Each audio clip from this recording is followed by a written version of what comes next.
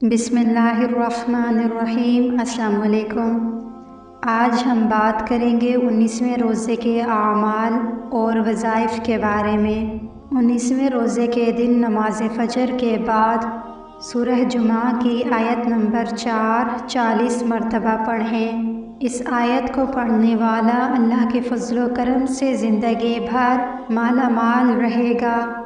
फिर नमाज ज़ोहर के बाद सूरह आल इमरान की आयत नंबर 26 33 मरतबा पढ़ें। इस आयत को पढ़ने वाला हमेशा मालदार रहता है और मुआशरे में बड़ी इज्जत पाता है, कभी जलील या रुसवा नहीं होता।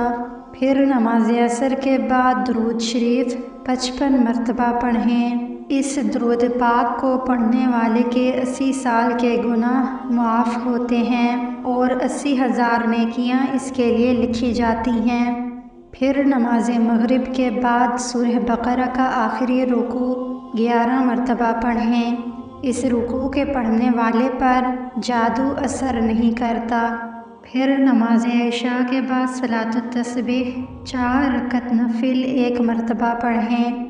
इसके बाद 300 मरतबा इस्तग़फ़ार पढ़ें और दुआ मांगें। इंशाअल्लाह जो भी दुआ मांगेंगे वो कबूल होगी। आज के इस वीडियो में इतना ही। हाजिर होंगे एक नई वीडियो के साथ। तब तक अल्लाह निगहबान।